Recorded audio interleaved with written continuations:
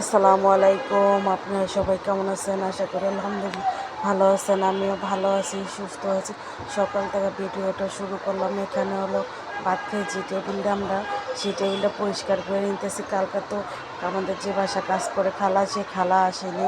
তারপর আমি এই কাজ করছিলাম কালকে, আজকে আসছে জন্য আমি আবার একটু টেবিলটা পরিষ্কার করে নিতেছিলাম। টেবিলটা অনেক ময়লা হয়ে গেছিলো। তারপরে আমি সুন্দর করে পরিষ্কার করে তারপরে হলো এখানে হলো সুপারি সুন্দর করে ঝাড়ু দিয়ে তারপর দিব খালাকে ঝাড়ু দিতে, ঘরটা ঝাড়ু দিতে দিব। আর খালাকে যদি গরমের ঝাড়ু দিতে না সুন্দর করে গুছাই দিয়ে না দিলে না কি করে এলোমেলো করে রেখে যায়, ভালো করে মোছে না। সব কাজের মহিলারই মনে হয়, আমি তো বুঝতে পারতেছিলাম না। এখানে হলো আমি এটা সুন্দর করে মুছে দিছিলাম। মুছে দিয়ে আমার হাতে আবার অ্যালার্জি পড়ছে, প্রচুর অ্যালার্জি, আমার অনেক অ্যালার্জি হইতেছে আর শরীরটা পুরো চুলকা অ্যালার্জিতে। এখানে হলো আমি এটা মুছে দিয়ে তারপরে হলো আমি আর বিছাই দিলাম। এখানে খাবার রাখি, এটা বিছাই দিলাম সুন্দর করে। আর অপরিষ্কার থাকলে ভাল লাগে না, অপরিষ্কার কেমন জানি লাগতেছিল।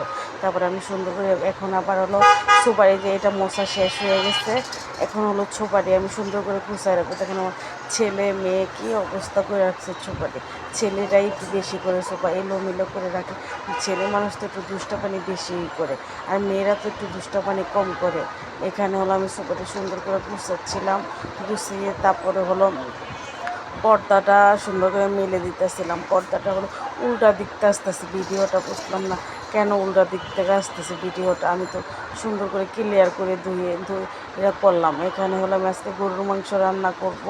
গরুর মাংসটা ধুয়ে আমি সুন্দর করে দিচ্ছি চুলায়, অল্প গ্যাস তো চুলায় বসাই দিছি।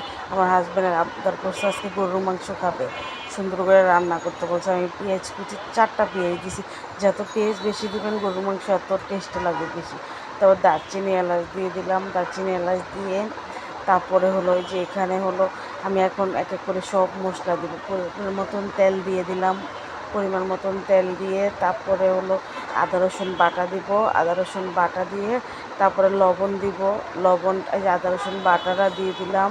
আদা রসুন বাটা দিয়ে লবণ দিব। এখানে যদি আমার ভিডিওটা ভালো লাগে লাইক কমেন্ট শেয়ার করে দিবেন। এখানে লবণ দিলাম 2 চামচের মতন 2 চামচের মতো লবণ দিয়ে তারপর হলুদের গুঁড়া দিব, ধনিয়া গুঁড়া দিব, তারপর মরিচ গুঁড়া দিব। ধনিয়া গুঁড়া গরুর মাংসের ভিতরে একটু বেশি লাগে, মুরগির মাংসের ভিতরে একটু বেশি লাগে ধনিয়া গুঁড়া। এখানে 2 চামচের মতো আমি হলুদ গুঁড়া দিলাম, মরিচ দিব 3 চামচের মতন। লাগলে আবার পরে দিব। আমার একটু ঝাল খাই তো, গরুর মাংসটা আবার ঝাল না দিলে ভালো লাগে না। আজকে গরুর মাংসটা অনেক মজা হয়েছে, অনেক তৃপ্তি পাই গেছি খেয়ে। এখানে হলো আমি 3 চামচের মতন মরিচ দিয়ে দিলাম। মরিচটা দেওয়ার পরে হলো ধইনা দিয়ে দেবো। ধইনা দিয়ে কিছু একটু পরিমাণ পানি দিব, অল্প পরিমাণ পানি দিয়ে আমি এটা হাতে মাখায় রান্না করি। আবার কষায় রান্না করতে পারেন আপনারা। আমি হাতে মাখায় রান্না করলে কী হয়, গরুর মাংসের টেস্ট যেমন সুন্দর বেড়ে যায়। এখানে আমি পরিমাণ মতন পানি দিয়ে দিলাম। পানিটা দিয়ে সুন্দর করে ঢেকে দিব। ঢেকে দিয়ে এটা উত্থানে আসলেই এটা কষবে, আস্তে আস্তে সুন্দর করে কষবে। কষানোর পরে হলো আমি আলু অ্যাড করব। এখানে হলো 3টা শুকনো মরিচ দিয়েছিলাম, একটা রসুন দিয়েছিলাম। আমি আবার রসুন, আবার গরুর মাংসর ভিতরে রসুন দিলে না অনেক ভালো লাগে। এই যে শুকায় যাইতেছে, কষানো হয়ে গেছে, অলমোস্ট কষানো হইতেছে। এই যে শুকনো মরিচ দিছি একটা, আর একটা রসুন দিছি, বড় ইন্ডিয়ান রসুনটা দিছি। এটা সুন্দর মতো অল্প গ্যাস আছে তো, অল্প গ্যাসে সুন্দর করে হইতেছে। আর শুক্রবার আজকে গ্যাস একবারেই নাই, ছিলই না বলতে, অল্প গ্যাসেই রান্না করতেছিলাম। এখানে কষানো হয়ে গেছে। আমি 3-4টা আলু কাইটা রাখছিলাম, আমার তো আলু গরুর মাংসের ভিতরে অনেক পছন্দ।